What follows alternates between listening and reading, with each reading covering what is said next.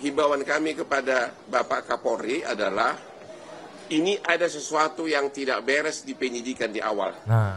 Kalau 8 orang pada saat itu kan memang para tersangka kemudian tidak mengakui perbuatannya. Kalau tidak mengakui perbuatannya agak lucu Pak ya. Lalu air mani siapa yang ditemukan di hasil visum itu Pak? Inilah kejanggalan yang perlu diungkap dan terima kasih kepada produser film bahwa klien kami adalah korban rekayasa hukum yang dilakukan oleh penyidik Polres Cirebon Kota. Adalah korban rekayasa hukum yang dilakukan oleh penyidik Polres Cirebon Kota. Dua pelaku ini pengen nyerahin diri tapi ditahan oleh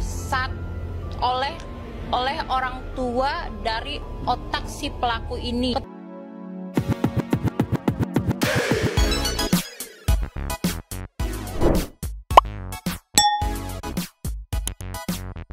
Yo, Mang Santai People. Welcome back again bersama Nyonya dan Mamang salah bantal. Ini juga ada Abu yang lagi bobo, Pakunya lagi main sendiri. Dua tempat in here, always in here. Jangan lupa buat yang belum subrek silakan dicengklung. Buat yang belum dapat notifikasi silakan dicengkling. Nyo, yes. Masih soal kasus Vina Cirebon yang makin viral, makin digali, makin ditelusuri, makin ruwet karena ada beberapa dugaan kali ya. Contohnya salah satunya saat kemarin Bang Hotman Paris sudah bertemu keluarga. Bang Hotman Paris menduga adanya rekayasa atau perubahan BAP apa ya, nanti kita lihat videonya juga biar nggak salah ya.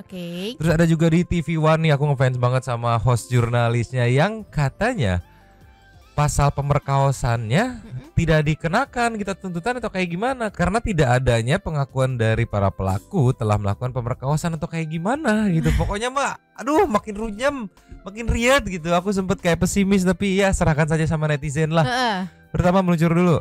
Nih ya di saat mulai pesimis gitu dan terlihat sepertinya runyam sekali ya gitu. Ada postingan dari Wirang Birawa ya, Bang Wirang Birawa nge-screenshot artikel dari CNN yang katanya Bareskrim Polri turun gunung kejar 3 tersangka kasus Vina Cirebon. Ini kabar baiknya Bareskrim sampai akhirnya turun gunung ya dari pusat intinya Maya. Semoga cepat membantu. Ya seperti yang kita ketahui Bang Wirang Birawa juga membantu mengawal kasus ini ya, memberikan clue-clue melalui IG story-nya. Jadi nanti yang penasaran langsung aja meluncur, lihat IG story-nya banyak clue-cluenya di sana ya. Kita kasih ke next-nya. Ninyo, keterangan Bang Hotman soal BAP, kenapa sih ada kejanggalan apa sih, dugaan apa sih, ceki-ceki wow? Ada hal yang menarik pernyataan dari si Denny ini, Kanit dari Polda Bandung. Bukan aku ya. Dia bilang kasus ini rupanya sudah dilimpahkan dari 2016 ke Polda dari Polres Cirebon. Nah, yang menarik adalah hampir semua 8 orang yang ketangkap ini pada saat di BAP pertama menyatakan ada 3 orang lagi pelaku. Semua ada di BAP. Ya. Nah, tapi kemudian berubah. Ya. Kemudian berubah sesudah mau limpah ke kejaksaan, mereka merubah BAP-nya. Nah, itu satu. Dari segi logika manusia normal pun nggak mungkin 8 orang itu ngarang cerita bersamaan di awal-awal pada saat ditangkap, ya kan? Berarti benar itu ada 3 orang, ya dari penafsiran kita sebagai ahli hukum. Karena pada saat di BAP kan terpisah, hampir semuanya mengatakan ada 3 orang lagi. Tapi pada saat dilimpahkan ke kejaksaan, mereka merubah BAP sehingga diduga ada pengaruh di sini. Ada pengaruh di sini sehingga 3 orang ini bahkan sampai sekarang seolah-olah alamatnya tidak jelas, padahal itu harusnya di BAP itu ada, ya. Dan jadi himbauan kami kepada Bapak Kapolri adalah ini ada sesuatu yang tidak beres di penyidikan di awal. Kalau 8 orang pelaku sudah menyatakan ada 3 orang lagi sebagai pelaku yang lain dan itu bersamaan semua dalam BAP terpisah, ya nggak mungkin itu karangan. Nggak mungkin itu koinsiden. Tapi kemudian kok bisa di BAP berikutnya pada saat di BAP akhir, pada saat pelimpahan mereka merubahnya seolah-olah menyangkal bahwa keterlibatan 3 orang ini. Ya. Yang kedua, pada saat Ini produser Diraj pada saat mau syuting ya.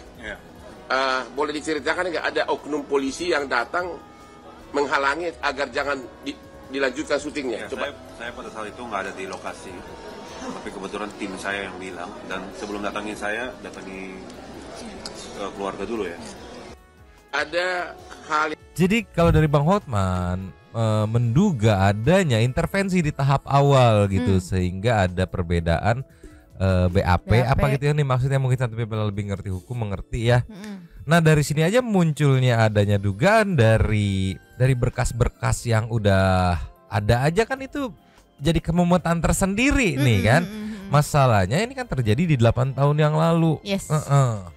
Nggak cuma itunya yang bikin mumet, ada lagi meluncur. Nih Nyo. Yes. Selanjutnya nih ya, Bang Hotman juga nggak tanggung-tanggung minta bantuan warga setempat, juga netizen buat yang ngelihat langsung DM ke Hotman 911 segala macam. Langsung kita lihat video ceki-ceki. Play. Kepada camat, kepala desa dan seluruh warga desa Banjarwangun, Kecamatan Mundu, Kabupaten Cirebon. Ada 3 orang yang diduga sebagai pelaku penganiayaan menimbulkan meninggalnya Vina dan dugaan pemerkosaan. Katanya berasal dari desa kalian, yaitu bernama Peggy alias Perong, Andi, dan Dani.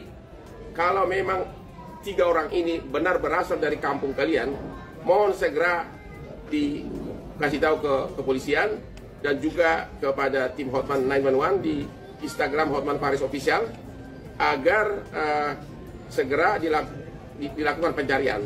Benar nggak 3 orang ini pernah tinggal di kampung kalian? Dan kedua, apakah keluarganya masih tinggal di sini? Keluarga dari 3 orang yang diduga pelaku pembunuhan dan pemerkosaan ini. Terima kasih, dan bantuan kalian sangat diharapkan, ya, sangat diharapkan. Ya, terima kasih. Bener, keluarganya ya, pihak keluarganya ya. Kalau misalkan dia tahu nama detail segala macamnya, datanya, pihak keluarganya bisa ditanyakan gitu kan. Terus maksudku kalau misalkan mau lebih edan lagi, buka aja sayembara berapa kayak 50 juta kayak berhasil yang nemuin. Iya pasti banyak yang berbondong-bondong, diburu netizen satu Indonesia pasti. Apalagi banyak intel-intel netizen yang punya kemampuan buat cari data yang kayak kemarin-kemarin tuh kan bisa di apa namanya, di tracking sampai ke jejak digital yang lama-lamanya kan. Iya, haruslah netizen bergerak, ini membutuh bantuan para netizen ya. Kita kasih nextnya. Cus. Ini Nyo, yes. Yang menarik nih ya, gara-gara Bang Reza nih ya. Aduh, Bang Reza Indragiri mungkin satu people juga udah pada kenal nih ya. Yang akhirnya nih host jurnalis dari TV One yang oh iya ya, kenapa pasal yang ditetapkannya hanya berencana doang gitu, untuk ruda paksanya tidak ada gitu. Penjelasannya langsung diposting sama NRSDDW. Mungkin satu people langsung fullnya nonton langsung ke channel TV One nih, ada nih seru banget, cek-cek bawa. Play. Tetap bersama kami terlebih dahulu Bang Reza, dari keterangan tadi pihak kepolisian, dari pasal-pasal yang diterapkan, ini pasal 340, Junto 338, pembunuhan berencana artinya ya. Apa yang bisa Anda garis bawahi dari ini? Justru pertanyaan, kalau di film itu diilustrasikan bahwa maaf almarhumah Vina ini menjadi korban ruda paksa. Ya. Tapi kalau dari apa yang saya simak penjelasan dari Reskrimum Polda Jabar, tidak disebut-sebut hal ihwal terkait dengan penggunaan pasal ruda paksa atau pasal perkosaan. Ya. Memang hukumannya lebih berat kalau pasal pembunuhan berencana.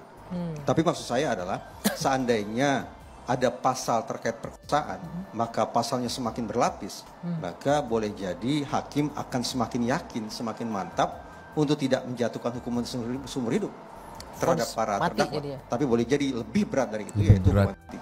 Oke, boleh direspon Pak Surawan, kenapa Pak tidak diterapkan juga pasal perkosaan untuk para pelaku ini?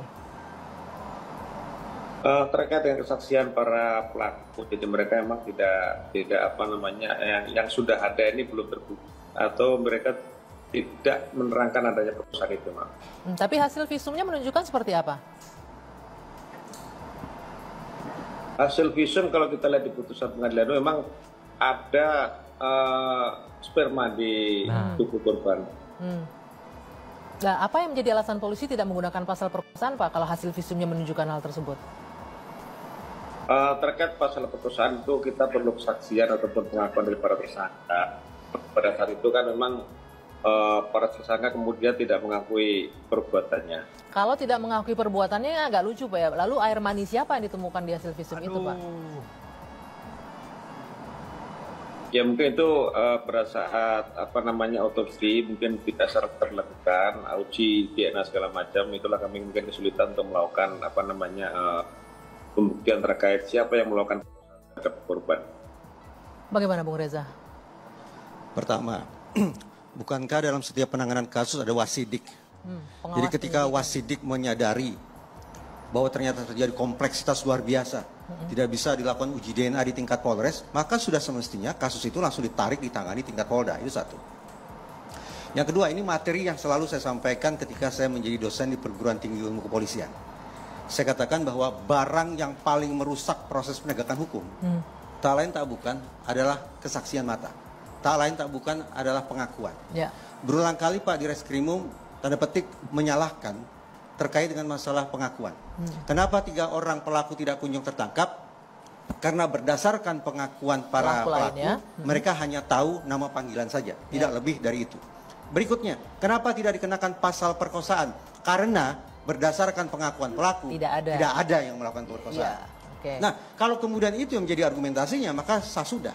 Saya ingin mengatakan inilah wujud betapa teman-teman paling tidak di jajaran Polda Jabar tidak sungguh-sungguh menginsafi bahwa pengakuan, bahwa keterangan adalah sekali lagi barang yang paling merusak proses pengungkapan kebenaran. Tidak sungguh-sungguh? Paling mengganggu proses pengungkapan kasus hukum. Tidak sungguh-sungguh apa tadi yang disebutkan?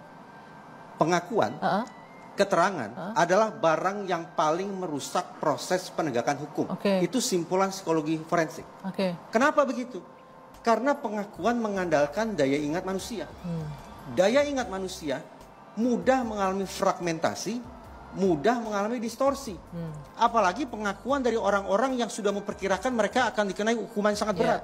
Mereka akan berkelit ke sana, mereka akan berkelit ke situ. Karena itulah alih-alih mengandalkan pengakuan, semestinya dilakukan apa yang teman-teman di kepolisian banggakan sebagai pendekatan pengungkapan kasus berbasis saintifik. Uji DNA, dan seterusnya. Nah, bagaimana tadi dengan temuannya ada air mani di situ disebutkan? Tadi saya katakan, kalau memang terkendala untuk melakukan pembuktian secara saintifik terkait dengan jejak-jejak bukti perkosaan, ya sudah wasidik semestinya langsung rekomendasikan limpahkan ke tingkat Polda Jabar. Kalau Polda Jabar pun tidak sanggup, yang semestinya sanggup, limpahkan ke Barreskrim Mabes Polri. Pak, tetap bersama kami terlebih dahulu, Bang Reza dari. Nah, kan. Ini baru ketemu semalam pas dinonton lah, begitu dibahas, oh iya ya Bang Reza yang ngeh gitu kan. Lah iya ya, kenapa nggak ada perkawasan? Ya nggak ada yang ngaku gitu kan. Terus emang di visumnya ada sperma. Lah terus sperma siapa? Kan bener juga, hostnya keren banget menurutku. Aku ngefans banget sama dia nih. Dia langsung tahu dong, ya terus sperma siapa ya, perlu adanya dilakukan pemeriksaan lebih lanjut. Ya kan maksudnya itu spermanya sampelnya masih ada pada saat itu tuh. Bener kata Bang Reza, kalau kita nggak punya fasilitas untuk saintifis uji DNA-nya nih di antara 8 pelaku yang udah ketangkep nih punya siapa aja gitu kan ibaratnya kan. Ya bener dilimpahin atau ya udah kalau memang tidak memungkinkan ya serahin ke pusat gitu. Iya. Ya kan kalau udah kayak gini mah barang yang buat diujinya udah nggak ada gitu kan. Iya, terus kalau menurutku kalau mau mengutamakan keterangan dari ngaku gitu, ya balik lagi statement yang udah umum gitu, Mang. Jadi kayak ya mana ada nggak maling ngaku gitu, kalau nggak penjara penuh kalau ngaku gitu aja gitu loh. Justru itu kayak menurut aku kayak itu kan tugas polisi, gimana caranya dia mengungkapkan si pelaku ini nih mengungkapkan hal yang real gitu, menyocokkan kan. Gitu ya antara barang bukti ini dengan pelakunya gitu. Ini mungkin kalau misalkan ke gap beneran bisa jadi seumur hidup plus kebiri lah atau bener-bener hukuman metong tadi gitu. Ini kan makin di viral gitu, makin viral makin dikawal, kok makin ada kejanggalan itu yang akhirnya Bang Hotman juga bingung gitu kan. Penonton bingung, netizen bingung, semuanya bingung. Ada lagi yang mau bikin bingung. Bentar dulu. Sebenarnya kan yang digemesin itu buktinya udah ada nih gitu kan, di visumnya udah ada, tapi kok itu gitu nggak dicek tuh. Iya, upaya untuk pengecekan gitu kan dari mana gitu kan. Kan banyak potensi, entah dari pacarnya, entah dari pelaku 1, pelaku 2, pelaku segala macamnya gitu kan. Tidak kurang gitu kali ya. Kita kasih nextnya. Terus. Yo, ini juga ada klip potongan dari video di TV One yang fullnya silahkan meluncur, yang pengen lihat yang fullnya silahkan meluncur ke TV One. Menarik ini Nyo. Ini katanya ada salah satu kuasa hukum yang mewakili 5 di antara 8 pelaku yang udah dalam. Katanya 5 ini bukan anggota geng motor tapi kuli bangunan. Lah? Yang tuker badan lah istilahnya mah ya, mungkin Santu People tahu lah. Ceki wow. Play. Ada keterangan dari pelaku nggak menyebutkan bahwa ada di antara mereka yang melakukan perkosaan? Justru mereka para klien kami ini tidak mengenal daripada korban kedua-duanya. Dari 5 yang Anda wakili? Iya, termasuk yang 3 orang lagi yang sudah divonis. Sama yang 3 nggak kenal? Alasannya nggak mengenal gimana? Mereka ada di lokasi atau tidak? Bukan, makanya bisa saya jelaskan. Sebentar, bukan ini Pak Jogi sebentar. Bukan ini para pelaku yang Anda wakili 5 orang ini tidak berada di lokasi kejadian? Bukan. Kenapa kalau tidak ada di lokasi, kenapa bisa jadi terdakwa dan menjalani hukuman? Inilah kejanggalan yang perlu diungkap dan terima kasih kepada produser film bahwa klien kami adalah korban rekayasa hukum yang dilakukan oleh penyidik Polres Cirebon Kota. Adalah korban rekayasa hukum yang dilakukan oleh penyidik Polres Cirebon Kota. Adalah korban rekayasa hukum yang dilakukan oleh penyidik Polres Cirebon Kota. Apa buktinya Anda mengatakan ini adalah rekayasa penyidik Polres? Bisa saya jelaskan? Ya, silakan. Di malam kejadian, klien kami bersama teman-temannya itu sedang berada di sebuah gang di depan rumahnya Ibu Nining. Mereka adalah para buruh kasar, pekerja bangunan yang tidak ada hubungannya dengan geng motor. Dan di malam itu, karena mereka terdengar agak gaduh suaranya oleh pemilik rumah Ibu Nining, mereka disuruh untuk meninggalkan tempat. Sehingga kesemua mereka itu berjumlah kurang lebih ada 9 orang berpindah ke rumahnya Pak RT. Termasuk juga anaknya Pak RT, namanya Kafi. Dan di sana mereka tidur sampai besok paginya. Sedangkan peristiwa kejadian ini di malam itu juga yang jaraknya kurang lebih 1 kilometer dari tempat mereka duduk. Ini yang tidak diungkap oleh kepolisian. Itu semua punya alibi ya untuk keterangannya itu? Betul, ada saksi. Ada saksinya. Bahwa ini merupakan rekayasa perkara yang dilakukan oleh Polres Cirebon. Sayang sekali Pak Surawan meninggalkan diskusi kita malam hari ini terputus ya.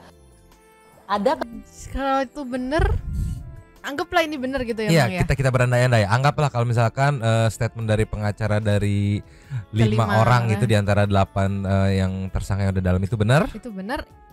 Berarti ke-11 orang ini masih berkeliaran bebas dong? Ya -3, 11 -3 kan yang berarti kan yang dalam udah 8 ya. Iya. Yang kata si Bapak pengacara kan yang 5 ini bukan. 5 bukan. Oke, iya. Karena yang 5 aja nggak kenal sama yang 3 gitu. Iya. Ada 8 dong yang berkeliaran. Ya kalau misalkan statement dari Bapak pengacara ini benar gitu kan. Kalau misalkan statement dari Bapak pengacara ini benar, ya masuk akal juga ketika ditanya kenal nggak kenal ya gue nggak tahu gitu. Tapi masalahnya yang aku bikin bingung juga, Bapak ini berani mention nama, berani mention jabatan. Terus ada saksi Pak RT, lagi, iya dia bilang punya alibi dan punya saksi gitu. Wah. Kacau kan? Mind blowing. Nonton deh Santu People, nonton yang fullnya yang di TV One. Wah itu mind blowing pasti kalian bakal ngefans sama host jurnalis TV One yang ini mbak-mbak ini nih. Asli. Badabes, nusuk pertanyaannya. Asli Nyonya dengerin Bapak ini ngomong kayak langsung merinding kayak hah gitu. Hah kan? Kok bisa gitu? Iya makanya 5, aduh ini tolonglah. Makanya Mamang tadi bilang makin ruwet ya. Iya makin ruwet, aku makin ngikutin kok makin ruwet. Dari Bang Hotman bilang di awal penyidikan BAP ada dugaan. Terus tadi yang masalah penggunaan pasal juga kan ada tanda tanya. Terus ini juga ada kuasa hukum dari 5 orang di antara 8, itu 5 dari 8 yang katanya kuli bangunan bukan geng motor. Iya tanya yang ketiga kenal enggak gitu, karena kan biasanya geng motor identik dengan bonding atau solidaritas yang kuat gitu kan ibaratnya ya. Aduh ruwet kan? Iya. Kita kasih next ya. Just. Nih yo. Yes. Yang soal Bareskrim turun gunung akhirnya sudah langsung dibentuk ya, ini dari kompas.com. Bareskrim kirim tim buru 3 buronan kasus. Oke, langsung dibikin, langsung dikirim. Ceki wow. Play.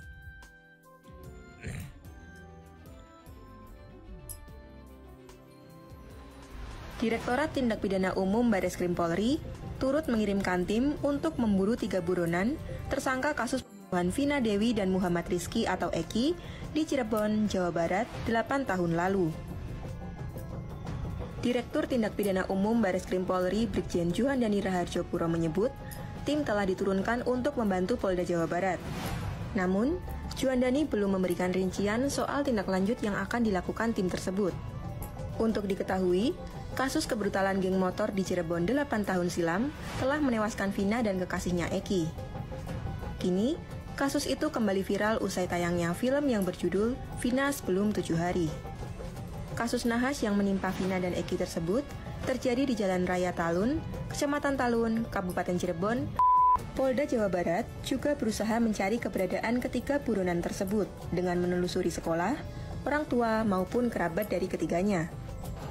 Kami telah melakukan upaya-upaya melakukan pencarian identitas dari 3 orang tersangka yang telah kami keluarkan DPO-nya. Sayangnya, identitas asli dan lokasi Dani, Andi, dan Peggy belum diketahui hingga sekarang. Salut sih, sebegitunya bisa nyimpen identitas gitu ya. Iya. Teman-temannya juga di dalam sebegitunya. Iya, jadi solidaritasnya pakai gimana gitu, maksudku kok bisa banget gitu ya. Iya, jadi pertanyaanku tuh kayak siapa sih kok sampai bisa sebegitunya gitu kan, menyembunyikan gitu kan? Identitas gitu. Wow, iya. wow. Nah di TV One juga nanti kita meluncur ya, dibahas soal kenapa kok nggak ketemu gitu kan nama atau identitas dari 3 orang ini. Meluncur. Cus. Ninyo, saat host jurnalis dari TV One ini nih Mbak keren ini menanyakan kepada pihak kepolisian apa sebabnya si 3 orang ini masih belum ketangkap ya. Ini penjelasannya Ciki wow. Play. Apa sebabnya Pak? Ya. Apa yang menjadi penyebab sebenarnya polisi kesulitan untuk menangkap ketiga pelaku lainnya yang hingga 8 tahun belum terungkap? Ya, yang pertama bahwasanya memang peristiwa ini untuk saksinya itu kan di antara mereka sendiri, Mbak. Tidak ada saksi dari orang lain, sehingga pada saat mereka memberikan keterangan itu hanya menyebutkan nama panggilan saja bagi pelaku-pelaku yang sekarang masih DPO, sehingga untuk melacak identitas ini kami masih butuh tambah informasi lagi dari para narapidana yang ada. Melacaknya kesulitannya bagaimana Pak? Apakah kesulitan untuk mengenali 3 pelaku lainnya, tidak mengetahui identitasnya atau tidak mengetahui keberadaannya atau seperti apa Pak Surawan? Ya, jadi di antara mereka yang sekarang ini sudah vonis atau menjalani hukuman, mereka hanya tahu nama saja, tetapi tidak tahu dengan jelas tempat tinggalnya di mana, kemudian nama lengkapnya ini siapa. Sehingga mereka hanya memberikan ciri-ciri saja, dan itu mungkin perlu informasi tambahan terkait untuk pelacakan para pelaku ini, Pak. Jadi selama 8 tahun polisi kesulitan karena minimnya informasi itu saja? Ya, kita memang minimnya informasi itu aja, kira. Karena ini kalau sebagai masyarakat umum kan melihat ini Pak, ini ke-11 orang ini merupakan satu geng motor. Artinya geng motor itu kan pasti mereka punya bonding yang cukup kuat ya Pak ya, kenal satu sama lain. Apakah memang benar-benar polisi percaya saja dengan pernyataan terdakwa atau pelaku lainnya yang menyebutkan nggak kenal, nggak tahu di mana, nggak tahu identitas aslinya? Sebetulnya mungkin kita juga tidak percaya begitu saja, namun tentu dari informasi-informasi yang mereka sampaikan itu kan kita sudah menurunkan tim ke lapangan pada saat memang dulu kasus ini diungkap. Namun mungkin ada kesulitan dari penyidik untuk mengungkap identitas yang sebenarnya daripada para pelaku yang sekarang belum tertangkap ini, Pak. Tapi lokasinya sudah diketahui. Kalau kita lihat kan di DPO yang diterbitkan oleh Polda Jabar diketahui lokasinya ya Pak ya? Ya, kebetulan waktu itu memang sudah dilakukan pelacakan, namun dari yang bersangkutan memang itu tidak ditemukan di rumahnya. Oke, Pak, ada satu poin lagi yang harus kami klarifikasi karena ini sangat santer sekali didiskusikan di publik, bahwa salah satu hal yang menyebabkan sulitnya mengungkap 3 pelaku lainnya adalah karena adanya dugaan di antara pelaku adalah anak dari aparat. Apakah benar demikian Pak? Kami butuh klarifikasi di sini. Sejauh ini kita belum menemukan, apalagi pelaku yang sudah tertangkap ini merupakan anak aparat ataupun ada hubungan dengan aparat. Yang 3 juga kami belum mendapat informasi terlalu jauh. Namun sebenarnya yang menjadi korban justru putra salah seorang anggota kami yang ada di Cirebon. Nah itu yang menurutku agak janggal juga menurutku ya, untuk ukuran putra dari anggota kepolisian gitu ya, bisa sampai kecolongan, berarti kan si 3 orang ini hebat banget nih ya, itu kan, bener. Kan? Ya. Itu yang agak aneh kan menurutku ya, menurutku. Banyak juga kok netizen di TikTok itu yang komennya kayak gini, kemana ya bapaknya Egi gitu kan, Eki ya? Eki. Bapaknya Eki kok terkesan bungkam gitu, kenapa nih? Tidak gitu. mengusahakan bener-bener gitu kan, anaknya loh. Iya, gitu. itu juga ditanyain sama netizen, Mang. Netizen TikTok kan. Nah yang menarik ini ada statement juga nih dari Mbah Hos yang keren meluncur lagi. Ninyo, saat dikonfirmasi. Karena kemarin dari kakaknya almarhum Vina ya menjelaskan, terus juga dari sutradaranya katanya saat proses syuting tuh sempat ada intervensi dari 2 oknum yang katanya mengaku intel kepolisian kan. Ini konfirmasinya Jeki Wow. Play. Oke, Pak Surawan. Tadi Mbak Marlena menyebutkan bahwa ketika proses produksi film ini sempat didatangi oleh intel dari kepolisian menyebutkan agar tidak melanjutkan proses produksi film. Boleh tahu nggak Pak, kenapa polisi keberatan diproduksinya film ini? Kami justru belum tahu terkait informasi masalah itu. Kalau memang dari pihak keluarga ada yang untuk merekam, baik nanti juga memberikan informasi kepada kami ataupun melaporkan kepada kami, supaya kami bisa menelusuri dari pihak mana yang melarang produser maupun pihak keluarga untuk melakukan pembuatan film ini, Mbak. Mbak Marlena boleh disampaikan tadi dari pihak mana persisnya? Langsung. Saya persisnya kurang tahu ya. Cuman dia menyebutkan bahwa mereka itu intel. Mereka itu intel? Iya. Nggak menyebutkan dari Polda mana atau Polres Tidak. mana? Oke. Hanya sampai informasi seperti itu aja Pak Surawan yang diterima dari intel begitu menyebutkannya. Iya. Ya mungkin nanti pihak keluarga bisa memberikan keterangan lebih lanjut terkait ciri-ciri mereka, kemudian kapan kejadian itu terjadi supaya kami bisa melakukan pelacakan terhadap orang-orang yang melakukan intimidasi ataupun pelarangan pada saat dilakukan pembuatan film ini, supaya kami juga bisa mengetahui dari pihak mana mereka, terus tujuan mereka untuk apa. Nanti mohon dari pihak keluarga juga memberikan informasi lengkapnya pada kami supaya kami bisa menelusurinya nanti. Oke, nah Pak Surawan. Tapi gini yo, itu kan tadi jawaban untuk klarifikasi saat kakaknya almarhum Vina yang bilang adanya upaya intervensi pada saat proses syuting. Cuman aku kepikiran sama Pak Surawan ini. Kenapa? Iya, maksudnya pada saat 2016 ini apakah dia sudah menjabat di posisinya dia sekarang atau belum? Karena kalau belum tuh jadi kasihan ke dia yang dicecer gitu. Iya, benar. Makanya aku lebih setuju dengan statement Mas Reza Indragiri gitu. Limpahkan ibaratnya diinterogasi atau dicek ulangnya pada saat atau kepada orang-orang yang pada saat itu mengerjakan gitu, biar lebih afdol gitu kan. Kalau kayak gini kan aku pikir juga kepikiran gini kan. Iya, pada saat itu kan mungkin belum menjabat gitu ya. Kalau misalkan belum menjabat gitu ya. Terus sekarang dicecer, bingung juga gitu kan. Benar. Tolong memang harus yang bersangkutan langsung yang pada saat itu mengerjakan aja, siapa tuh yang terlibat mengerjakan tuh biar enak tuh. Kan ada di BAP biasanya kan? Ya, biasanya ada kali data-datanya. Ini kita kasih nextnya. Ninyo. Yes. Ini juga tajam banget pertanyaan dari hostnya. Cek yo. Play. Pak, ini kan 8 tahun berlalu. Kenapa baru ramainya menerbitkan DPO ini sekarang, Pak Surawan? Kenapa nggak sebelumnya juga diterbitkan DPO jauh-jauh? DPO sudah ada dari dulu itu untuk DPO-nya. Memang dari pihak kepolisian tentu tidak semudah apa yang dibayangkan untuk menangkap seseorang.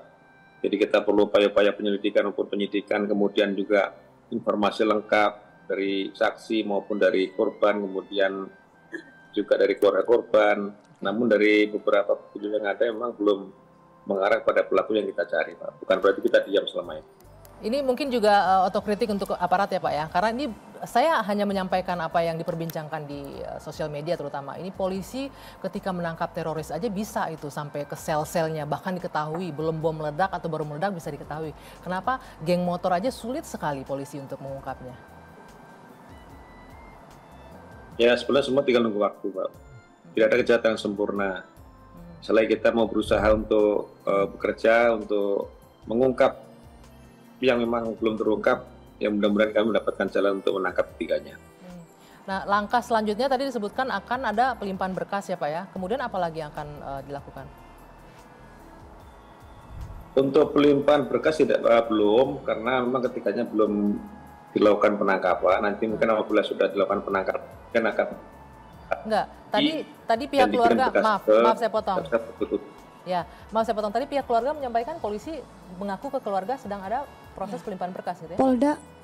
Polda yang bilang dia sudah menerima pelimpahan berkas. Pelimpahan berkas dari mananya Anda nggak nanya? Enggak. Itu dari mana Pak Surawan? Ini kita mengkonfirmasi keterangan dari pihak keluarga.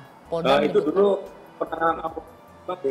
Jadi penanganan awalnya itu dulu di Polresta Cirebon, namun kemudian dilimpahkan ke Polda Jabar pada saat penyidikan selanjutnya. Jadi pelimpahan berkas sudah lama kejadiannya. Dan untuk berikutnya tentu kita menunggu para tersangka tertangkap baru kita akan lakukan berkasan kembali untuk. Jadi ini pelimpahan berkas ke tingkat yang lebih tinggi lagi ya gitu ya, Bang Reza. Sebentar Pak Surawan, tetap bersama kami terlebih dahulu, Bang Reza. Makin runyam kan, makin pusing kan. Aku sih berharap banget ya bisa diproses cepet ya. Aku mengerti Mang, mungkin ya.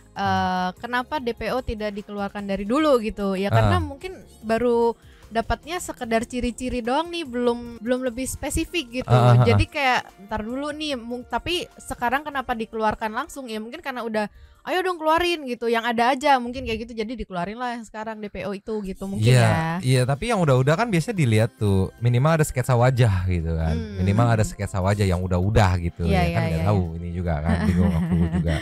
Udah masalah bantal, makin mumet lagi ya. Coba kita kasih nextnya. Cus. Nih ya, kalau soal permasalahan Bang Hotman pasti memberikan exposure sebesar-besarnya. Baru tadi pagi katanya hadir di Trans TV di pagi-pagi ambiar. Ini sedikit klip cuplikannya untuk video yang masih belum tayang. Kita lihat ciki-ciki wow. Play. Keadilan seadil-adilnya. Bersama dengan keluarga dari almarhumah Vina, kita akan hadirkan, ini dia Bang Hotman Paris, Bapak Wasnadi sebagai seorang ayah dari almarhumah Vina, Ibu Sukaisi sebagai bunda tercinta, dan juga Kak Marliana di pagi-pagi.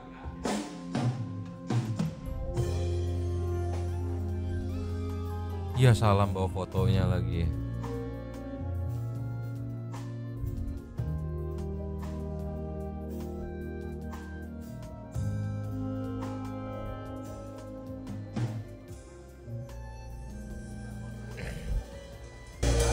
Bapak dan Ibu bersama Kak Marliana boleh bergabung terlebih dahulu bersama kami di depan. Yang pasti kami di sini keluarga besar pagi-pagi ambiar, walaupun ini sudah berjalan 8 tahun, tapi tentu saja pembentukan kesedihan sampai sekarang sudah dirasakan oleh keluarga. Dan kami juga melihat apa yang terjadi, kami juga turut berduka, dan semoga tentu saja keluarga bisa mendapatkan keadilan yang seadil-adilnya. Untuk pihak keluarga, kami semua di sini mengucapkan terima kasih banyak sudah berlaku mendapat hadiah dengan bagi. Boleh silakan dulu bergabung bersama dengan Bang Hotman Paris. Silakan. Sobat ini dia kedua orang tua bersama dengan sang kakak dari almarhumah Vina. 8 tahun lamanya. Memang biasa. Tapi memang jadi trik Bang Hotman ya, agar tetap menjaga exposure tetap di atas gitu. Biar apa? Biar dikawal sama netizen. Balik Betul, lagi, kalau nggak ada netizen mah susah, Jadi gimana caranya harus tetap ada di permukaan. Iya, dan aku ke bawah sedih sih begitu ngelihat fotonya di bawah tuh. Terus aku ngebayangin ini mah misalkan aja ya, dugaan kecurigaan, adanya kejanggalan itu tuh bener-bener terjadi. Anjir, banyak banget yang akhirnya ke bawah-bawah mungkin ya. Aduh, gimana atuh? Bakal panjang juga nih kayaknya ya. Bakal panjang juga kayaknya pengawalan. Tapi positifnya kalau misalkan ini berhasil terbongkar sampai ke akar-akarnya, nggak menutup kemungkinan netizen langsung minta next triggernya case apa dinaikin ya. Termasuk yang Jessica Kopisianida itu ya. Iya. Kuncinya tinggal di netizen, yang mana yang mau netizen bongkar biasanya di blow up sama netizen sendiri gitu. Respect netizen. Mantap. Lasnya kita meluncur. Cus. Lasnya Ninyo ada dari Ganjil Entertainment ya kalau nggak salah. Ini ada seorang yang katanya ramalan indigo di soal kasus Vina. Kita bawa semua unsur aja gitu kan di sini ya. Kita lihat ciki-ciki wow. Play. Tidak ada niat untuk nyerahin diri, tapi dua pelaku ini pengen nyerahin diri tapi ditahan oleh orang tua dari otak si pelaku ini. Ketika si dua orang ini nyerahin diri, otomatis si otak pelaku ini yang notabene anaknya akan masuk atau terseret bisa mengancam karirnya bahkan jabatannya. 50-50 karena bapak dari otak si pelaku ini yang jelas sedang sibuk ya meminta atensi dari yang di atas untuk nge-backup anaknya agar tidak terungkap. Pesan aku buat orang tua si pelaku utama adalah ketika anakmu melakukan kesalahan, apalagi menghilangkan nyawa seseorang, jangan kau bela.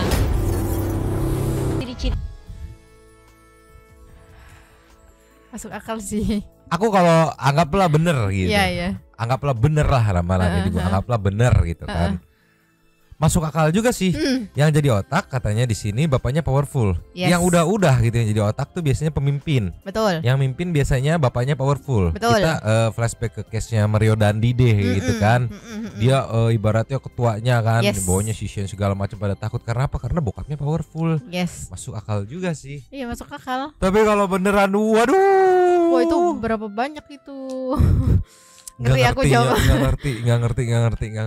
Ini ternyata di balik apa ya case ini tuh banyak banget gitu kan, banyak banget dugaan-dugaan atau dugaan kejanggalan gitu yang bikin netizen makin bingung, makin pusingnya. Berarti ini Mang tadi sejalan lurus dengan yang di story-nya Bang Wirang. Tadi kalau nggak salah juga Bang Wirang bilang 2 itu sebenarnya mau menyerahkan diri gitu kan, mau ngaku tapi nggak boleh gitu. Sama si satu yang dimana otak yang aku bisa menyebutnya mungkin ketuanya karena dia bisa mengontrol gitu, enggak gitu kan, jangan gitu. Nanti gua kebawa-bawa apa gimana.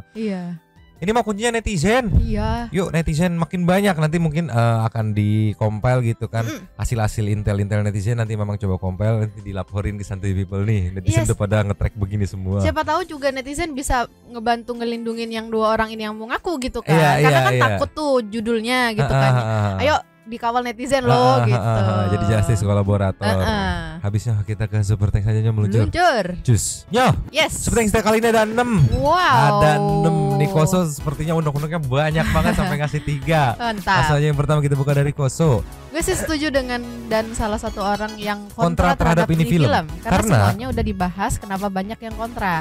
Ada satu kontra yang paling gede menurutku katanya fungsi LSF atau lembaga sensor film nggak guna adanya lembaga tersebut untuk film ini. Lu lembaga sensor tapi adegan di film ini nggak disensor. Kalau nggak disensor pun ratingnya harus 21 plus dong, tapi dibiarkan rating 17 plus. Film horor itu filmnya sangat seksi dan pastinya banyak yang nonton. Ada yang sampai Sandy Chick pakai bikini disensor, tapi Sandy SpongeBob itu tapi dilolosin. Sorry Nyomang, aku bikin 2 Super Thanks katanya. Kalau soal SF aku nggak. Sejujurnya aku belum nonton filmnya gitu kan. Ditambah lagi. Gue tahu ini bakalan ada yang nyerang karena komen ginian. Karena jujur aku nunggu Radio Santuy bakalan bahas ginian dari awal ramenya ini. Sabar, nggak ada yang nyerang. Nah ini lanjut lagi, Koso lagi. Iya nih, film ada yang ada segi yang bisa diambil hikmah dan pelajarannya, tapi ada efek negatifnya. Dari gak disensor adegan tersebut. Ada yang menertawai adegan, bahkan ada yang menyalahkan Vina sama persis dengan yang diomongin kakaknya di channel Bang Densu ya. Kalau nggak mau dibilang nyari cuan dari kasus ini ya dibikin dokumenter sama kayak Ice Cold karena track record PH ini bukan Anggi Umbara sebagai pembuat itu udah jelek dari dulu, film-filmnya dulu horor plus semi katanya nih. Rasika Rashid mau numpang ya. Cuma kasusnya itu kok nggak naik lagi ya kan udah selesai pemilu 2024 belum sabar pelan-pelan exposure-nya.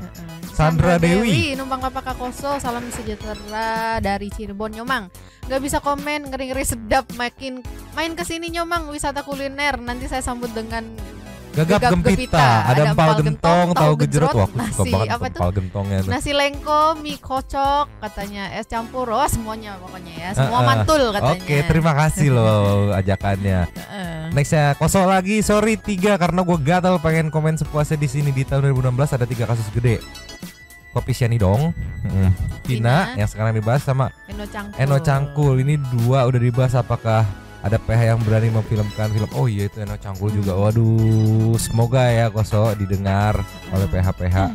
Nextnya dari Saninata, Pak polisi yang 3 orang itu emang belum ketemu atau bapak yang takut nangkepnya? Ini pertanyaan dari Saninata ya.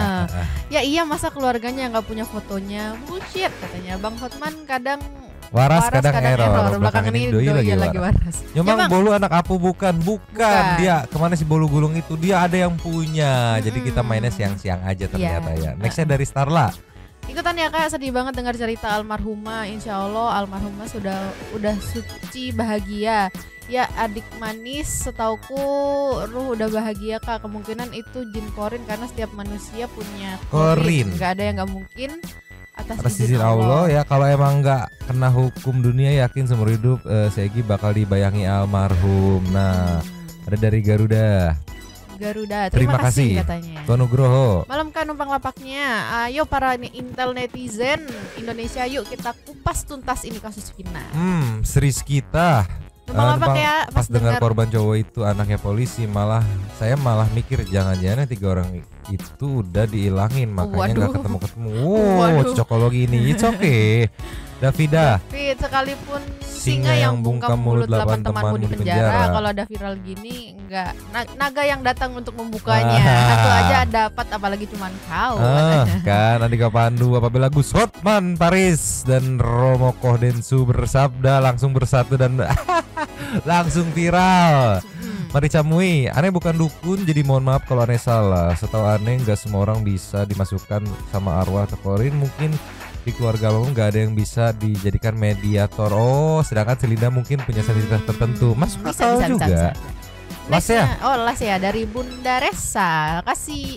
Kalian jangan pusing mikirin, udah jelas 3 DPO ini dilindungin. Tolonglah Bunda. Si Egi dan si Eki itu anak polisi. Mungkin pangkat si Bapak Eki lebih rendah dari si Bapak Egi, makanya anaknya meninggal tapi adem-adem aja. Percayalah ada oknum yang harga dirinya murah bisa dibeli dengan uang. Aku masih heran Egi dan Peggy itu sama 1 orang apa 2 orang. Bunda, hati-hati Bunda. Bahaya Bunda. Habis. Terima kasih kepada para Sultan Santu yang sudah memberikan super thanks kepada kita dan juga memberikan ruang kepada Santu Pipo yang lain untuk berkomen-komen, bertisam-tisam, bersilaturahmi dan juga menyampaikan aspirasinya di kolom komen di bawahnya. Terima kasih sudah menonton. Lanjut di komen seperti biasa. Nyonyo down. Mamang, Abu yang masih molor dari tadi, juga ada Pakun yang udah mulai bobok. 2 tapi mangkok. Cabut dulu dan ciao.